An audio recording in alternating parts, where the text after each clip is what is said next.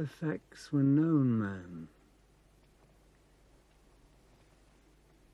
Toby ordered me not to approach anyone or to try and make my story heard. The circus was back in the road. I could forget Tinker, Tailor, the whole damn game, moles, everything. Drop out, he said. You're a lucky man, Jim. Forget it, right? Forget it. So Toby actually mentioned Tinker Tailor to you. However did he get hold of that?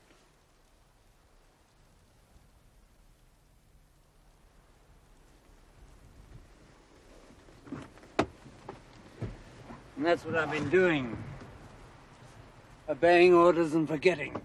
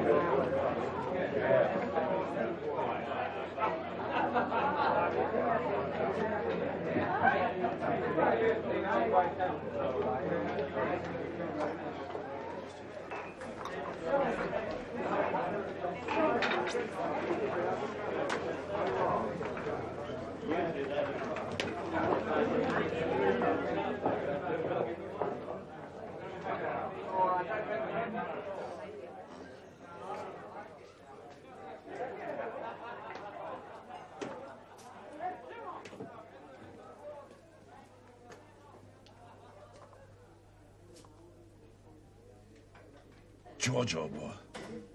What an amazing thing. Trust you popping up out of nowhere. How are you, Jerry? George, this is terrific. What are you doing now? How's the demon wife? How's everything? No, damn it. First things first. What'll you have? You don't fancy a bottle of the bubbles, do you? Shall we? A brandy and ginger ale would suit me very well, thanks. You sure? All right. Hey, Linda, sweetheart. Give us a double brandy, a bottle of ginger ale, and another bucket of gin, will you? Good girl, lad. I think I'll marry her. How many would that be, Jerry? I'm a divorce addict, a hopeless case. Not lucky like you, George. But there's only one Anne. Now, I'll do a deal with you, an offer you can't refuse. I'll shack up with Anne and be the envy of London, and you can have my job on the comic. You've got just the turn of phrase for the women's ping-pong. Inscrutable Chinese wizardetti. Do you fancy it? Is that the task for today? Oh, much bigger stuff, old boy. Footer, the opiate of the people. Heap big transfer. Scottish Thunder Boots to rescue of ex-champions, now on the slide. Thanks, Linda, my love. Do you want me to write it down, Mr. Westerby? Ah, please, Linda. Cheers, George. Cheers. This isn't entirely a chance meeting. I got the letter you wrote me last football season. I burnt it straight away. Right. Thanks. Stupid of me. Talking out of school. Sorry. No. You obviously did what you felt was the best thing at the time, and so did I. Haven't seen many of the boys and girls lately, as a matter of fact. I guess they put us both on the shelf. With me, I can hardly blame them. Firewater not good for braves. They think our blab crack up. I'm sure they don't. I expect they're just resting you up for a bit. They do that, you know. In case you've been wondering, I didn't tell anyone else about your letter. I was out of favor, indeed, out of work by then. Writing to me wasn't what put them off you, if that's what you thought. In your letter, you said you were a bit worried about Toby Esterhase. Felt sure to get something off your chest. Yes, well, I got all xenophobe and suspicious. Thought Toby had gone a bit haywire, as a matter of fact. I should talk. Tell me now. You'd just come back from Czechoslovakia, hadn't you? Last job I did for Toby. Looks like the last I'll ever do. Letterbox job? Yes. Nothing to it, really. Telephone kiosk, ledge at the top, dump a little package ready for collection. That was Budapest, the Czechoslovak thing I ran into by accident. I had to go on to Prague, you see, for the comic. Nothing to do with Toby. Linda, sweetheart. And again, Mr. Westerby. Please, my beauty. Oh, no. You've got time to eat? Mm-hmm. We'll go Dutch on that, shall we? I was in this bar in Prague. Always use it. Locals go there, all sorts. Anyway, I got in with this crowd at a corner table. They're playing the squeeze box. We're all hugger-mugger to the music. Oh, thank you, Linda, my love. And there's this kid with a pudding bowl haircut. Army, obvious. Anyway, he's on leave, well in his cups, and he knows I'm English. And he suddenly says, "Do I want to know the truth about the British spy who got himself shot up by the Russian secret police?" Just like that. Yells it right in my ear. I played dumb, of course, and he goes right on with it. You know the Jim Prideaux shambles. Well, the kid was belly-aching about the trials and tribulations of being a foot soldier of the line. It seems that on the 2 nights in question, he and his mates were being chased around the place till they were dizzy. Make camp, break camp, move up, move back, fix bayonets. But the big point was the Russian contingent. Full war paint, tanks, motorbikes, tracker dogs, and a big carload of very sinister civilians. Dirty work afoot in the forest. Up near the Austrian border, this was. So, my little friend, being a sassy little devil, decides to ask his sergeant what's it all about. "Look, Sarge," he says, "what's going on? Are we being invaded, Sarge?" "No, son," says the sergeant. "The Russians are after a British spy who tried to kidnap a general." After? Or where after? Exactly. That's what the kid wanted to tell me. The Russians moved in on the Friday. It was the day after when they got Jim. As the kid said, they were ready and waiting for him. Knew the lot in advance. Heap bad story. Bad for our big chief. Bad for tribe. So, as soon as I got back, I went and told all to Toby. How did he take it? But to begin with, it was thanks a million, Jerry, old boy. He'd go and powwow with the top brass. And then the next morning... You're so plastered these days, you can't tell fact from fiction. You're an embarrassment. You've gone a bender, drink yourself into cloud cuckoo land, and come staggering back here with a load of tripe like this. You're pathetic. Now, look, old boy. I don't want to hear any excuses. I had to report what I heard. Yes, you believed every stupid word of it, didn't you? Swallowed it like mother's milk. A load of half-baked rumours, you come spreading them around here. What you can remember, through your alcoholic haze. I didn't forget a thing. Well, you will now. you'll forget the lot. Don't you see? The boy was a plant. Provocateur, in layman's language.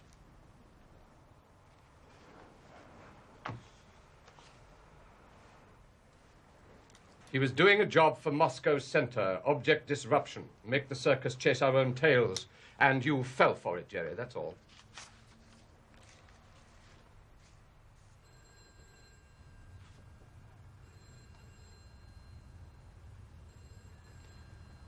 Okay, Toby, you know best. If you don't want the story, that's your business. I do it for the paper. You'll what? Not the bit about the Russians getting there first, of course not, but the rest of it's all good stuff. The story wasn't covered very well at the time, just the official statement. Now, if old Jerry gets himself a splash about the day the Czechs mobilized for the Third World War, except it was one lone Englishman surrounding him all by himself, that's a good piece. Comic might even run an ad on the telly. Well, the day after that, I was called for by the editor. The editor, I mean, not the sports bloke. He tells me some clown has been on the phone with a formal warning. Keep that baboon, Westerby, off the Checo spy story. Any further reference against the national interest. End of message. So, I didn't get the Reporter of the Year award. Can't, can you, when your story's on the spike? Cheers. But you didn't spike it entirely. I mean, you wrote to me. Dropped the letter in by hand. Must have been the same day you talked to Toby Esterhase. Yes, well, as I say at the time, it just felt odd. My mistake, old boy. When I heard you'd got the heave-ho anyway, I felt an even bigger damnful.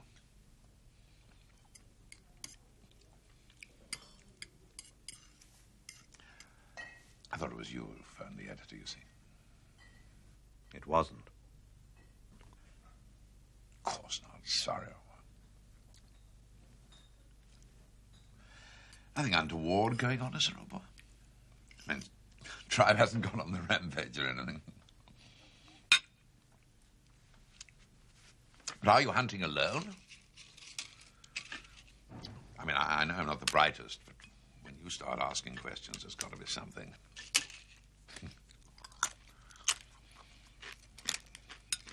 All I'm saying is, any time over. Thank you, Jerry.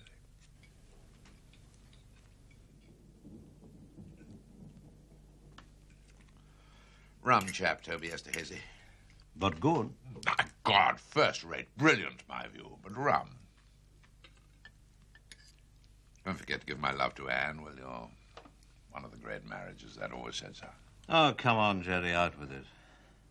Did Toby say something about Anne? Some story had got. I told him to stuff it up his silk drawers.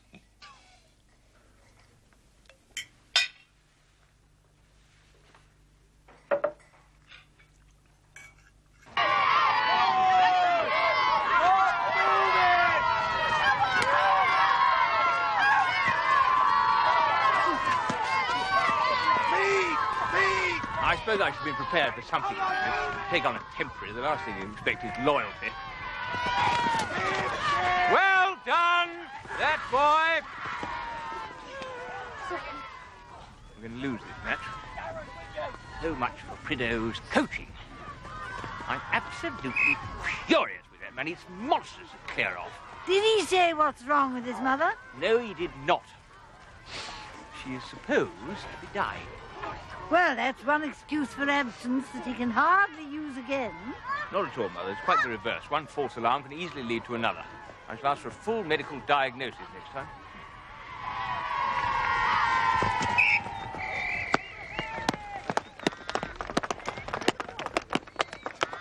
Those front row forwards of theirs look overaged to me. Did he ever tell you how he got that awful shoulder?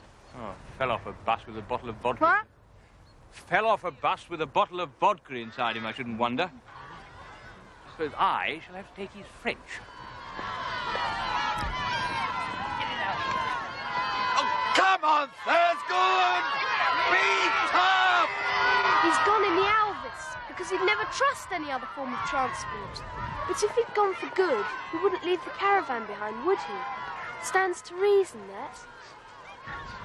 Besides, he'd have said goodbye properly, Rhino would. Wouldn't just go, not Rhino, not like a juju man.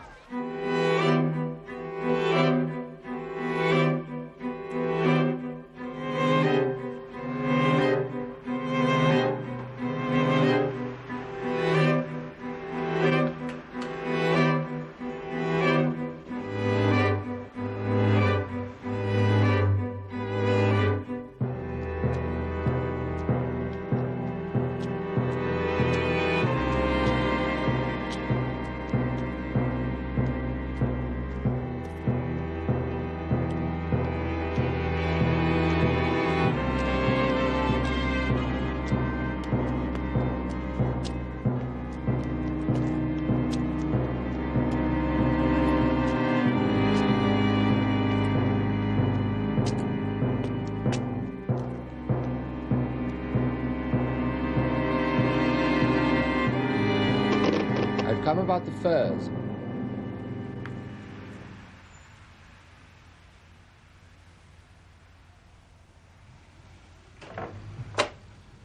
Hello, Toby. Peter?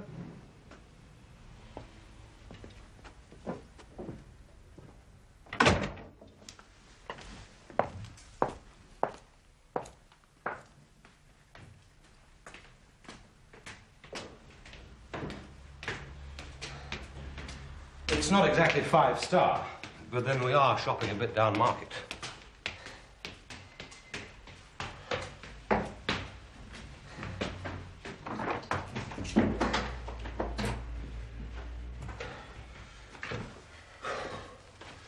Safe houses I have known.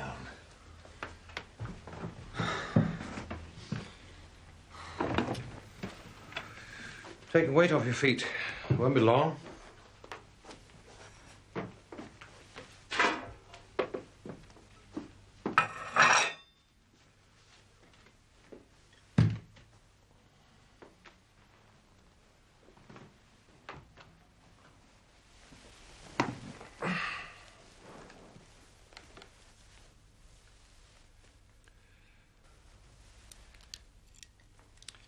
So we're expecting a Pole, are we, Peter? A Pole in the fur trade you think I might like to take on as a courier? I'd like him on my own payroll for preference. It looks useful. But what's the point? My lads are underemployed as it is. Very generous of you, Peter.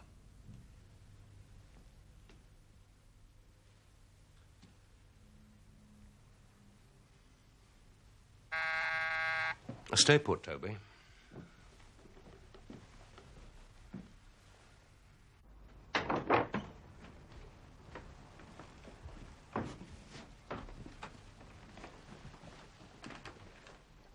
Sorry about this, Toby. Against the wall, Tobe. Did he come alone, or is there some little friend waiting down in the square? Looks all clear to me, sir. Go back to the other room and don't take your eyes off the street.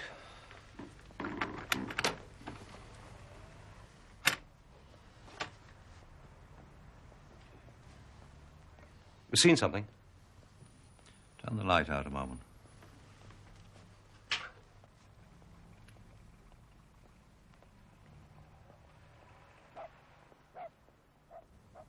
Just a shadow, I suppose.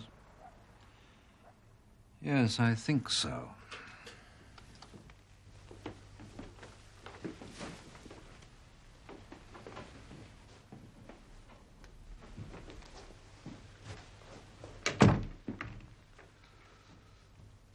I want to put a thesis to you, Toby, about what's been going on.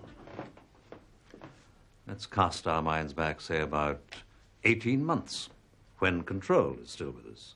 Percy Allaline wants his job, everyone knows that. But although Control is sick and past his prime, Percy can't dislodge him. It's a time of uneasiness in the circus. Morale is low, activity is low, yes? I remember, George. Well, Percy's door opens one day and one of our senior men walks in. We'll call him Gerald. Oh, it's just a name. And Gerald says, Percy, I've stumbled on a major source of Russian intelligence. It could be a gold mine. Perhaps they take a walk in the park or drive in a car, but whatever, Percy listens. Because what Gerald goes on to say is music in Percy's ears. Some of us, Gerald tells him, are worried sick about the state the circus has got into. I mean, look at our operational losses. Agents, networks. He's careful not to suggest there's a traitor inside the circus, but he emphasizes that slovenliness at the top is leading to failure all round. That is to say, it's all control's fault. My thesis, you understand. Sure, George.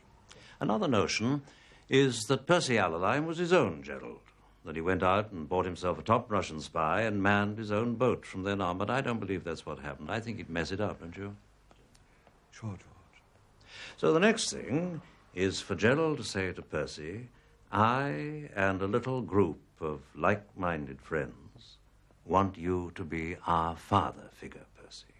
We are not political men. We don't know our way in the Whitehall jungle, but you do. Did you bring a babysitter, Toby? George, why should I? I came to meet Peter and some Pole in the fur trade. Do you want Fawn to go down and have a look? No, need him here. Can't take the chance.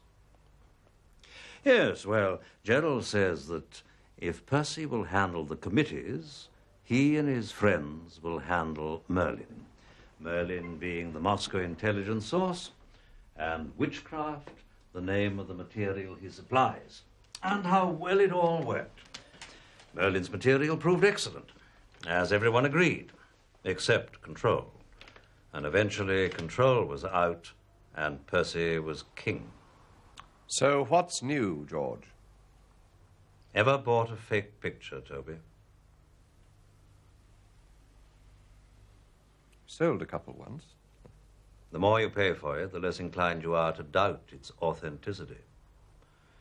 Merlin's price was 20,000 francs a month into a Swiss bank, according to the file.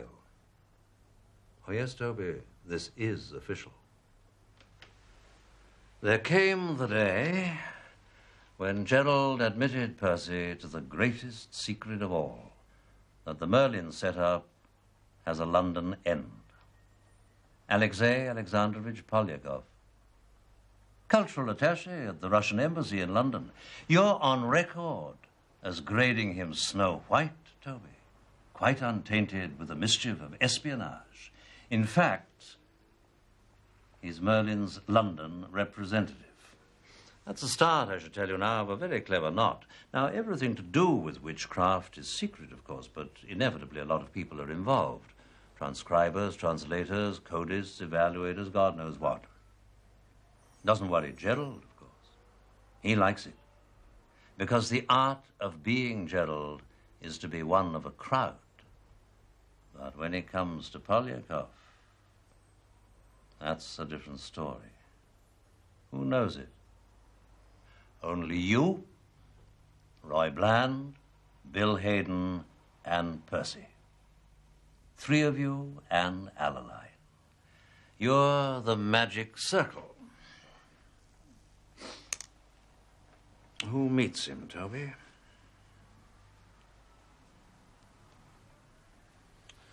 For God's sake, let me sweat the bastard.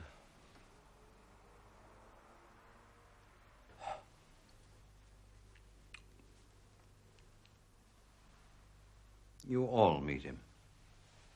How's that? Percy represents the authoritarian side, asks after his wife, suggests it's time he took a little holiday. Very paternal, Percy would be. Bill Hayden, I think, would see Polyakov much more often. Bill's a Russian expert, for one thing, and he's good entertainment value.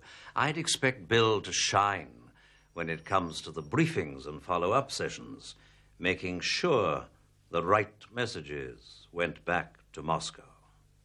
Roy Bland's good on economics as well as being top man on the satellite countries, so he'd have plenty to chat about. Then there's you, Toby. You'd have your solo sessions with Polyakov because there's tradecraft to discuss and all those little snippets about goings-on inside the embassy, which are very much your field. And if the Magic Circle wanted Polyakov to do some photography inside the embassy, it would be you who would supply the film. Replenish his stock from time to time. Take him. Little sealed packets. Toby, you wouldn't be lying, would you? Did you bring a babysitter?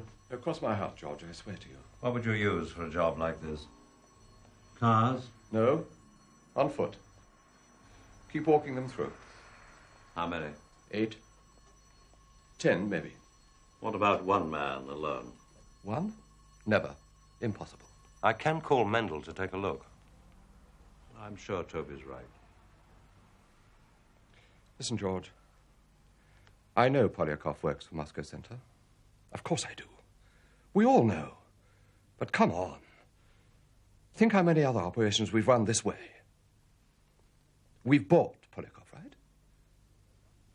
He's a Moscow hood, but he's also our Joe. Now, he's got to pretend to his own people that he's spying on us.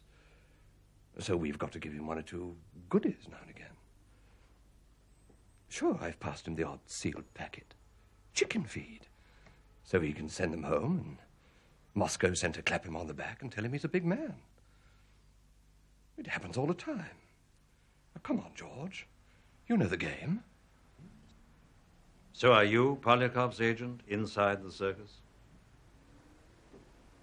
Someone has to be.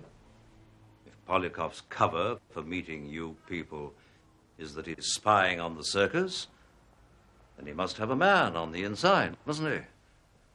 And Polyakov can't report back to Moscow Center after he's picked up a great load of circus chicken feed and just say, I got this from the boys. He's got to have a whole history. How he selected his man, courted him, bought him, how they meet and where. The whole paraphernalia of running a double agent, and all this in Moscow Center's archives. You, Toby? Toby Esterhase masquerades as a circus traitor in order to keep Polyakov in business. My hat, Toby. A dangerous job like that deserves a whole chestful of medals. You're on a damn long road, George. What happens to you if you never reach the other end? With Lacon and the minister behind me? Why pick on the little guy? Why not go for the big ones? Percy Alleline, Bill Hayden. Thought you were a big guy these days. You're the perfect choice, Toby. Resentful about slow promotion, sharp-witted, fond of money. With you as his agent, Polyakov has a cover story that really sits up and works. The big three give you the little sealed packets of chicken feed, and Moscow Center thinks you're all theirs. The only problem arises when it turns out you've been handing Polyakov the crown jewels and getting Russian chicken feed in return. If that's the case, Toby, you're going to need some good friends, like us. Gerald, of course, is a Russian mole, and he's pulled the circus inside out. But witchcraft material isn't chicken feed. It's the best. It was good at first. Listen, George. Suppose you're wrong. Toby. Who told you to muzzle Jerry Westerby? The same person who sent you down to Sarat with £1,000 for Jim Prideaux and the instruction, get lost? Speak up. Was it Percy? I think so. Maybe it was Bill, though. Well, listen, it was a big operation. Sometimes Roy. It never seemed to come straight from one. There was a committee. I took a lot of orders. You told Prideaux to forget about Tinker Tailor. Where did that come from? I never knew what that meant. Now, George, that's the truth. Poor Toby. Yes, I do see. What a dog's life you must have been leading, running between them all. George, if there's anything I can do of a practical nature... Oh, you know me, George. My boys are pretty well trained. If you want to borrow them... I'd have to speak to Lacon, of course. But, well, you'd expect that.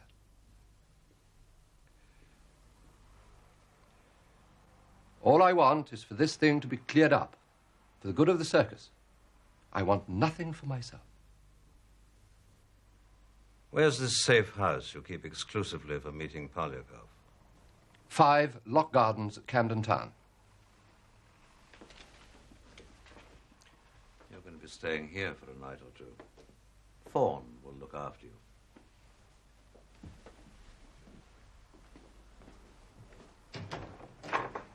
Fawn. You'll have to make appropriate explanations to the circus by telephone. You're having girl trouble or whatever sort of trouble you're in these days. Then there's your wife, of course. Sure, George. I can handle that. If he's any bother, Fawn, use your own discretion.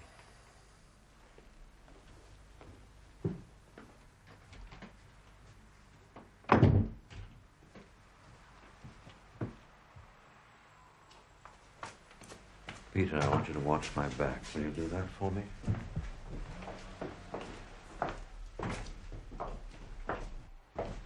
Look for one man, but look. We will join up at Sussex Gardens.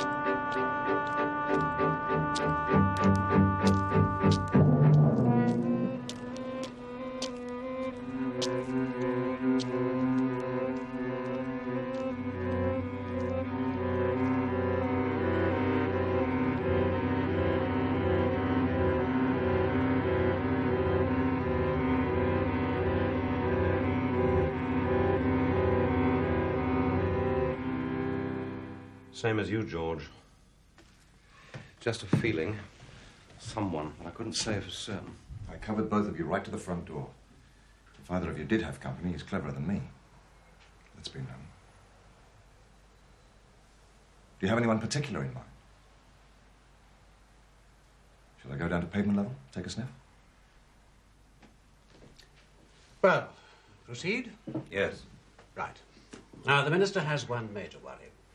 In his own words, how much porcelain gets broken at the end of the day. Scandal he's talking about. If we unmask the mole, are the Russians going to cut their losses by telling the press of the world how they've made fools of us all this time? I think not. If you make your enemy look stupid, you lose the justification for taking him on. Yes, I've told him that, George. So isn't his mind at rest? He hopes there'll be nothing messy, George. Nothing that could provoke Moscow. But proceed. Heavens, yes. Clean the stables. Mm-hmm. Problem, flush out the mole. Method. We need to alarm him just sufficiently to make him call for a crash meeting with Polyakov at the safe house. A meeting Gerald the Mole needs all to himself, secret from the rest of the witchcraft magic circle. There are two of them, and Alaline. You've definitely cleared Esterhase. Oh, yes. Thank you. Carla really did bring off the perfect fix for a while. It would be beautiful in another context. Tinker Alaline, Tailor Hayden, Soldier Bland. Spot the mole. Quite. Ways and means, George. Ricki Tarr will go to Paris. He'll make use of the appropriate embassy facilities to send a signal to the head of London Station.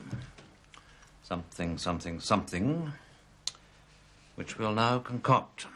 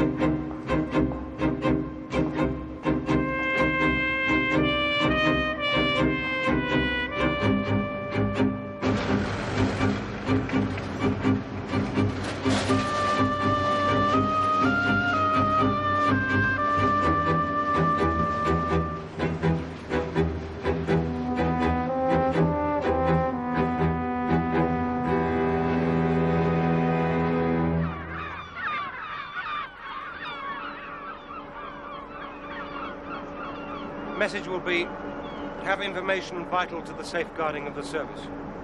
Request immediate meeting. Personal. Remember, vital to the safeguarding of the service. It's even true. Don't forget that. No mistakes, Ricki. Your head's on the block. Not the only one, Peter.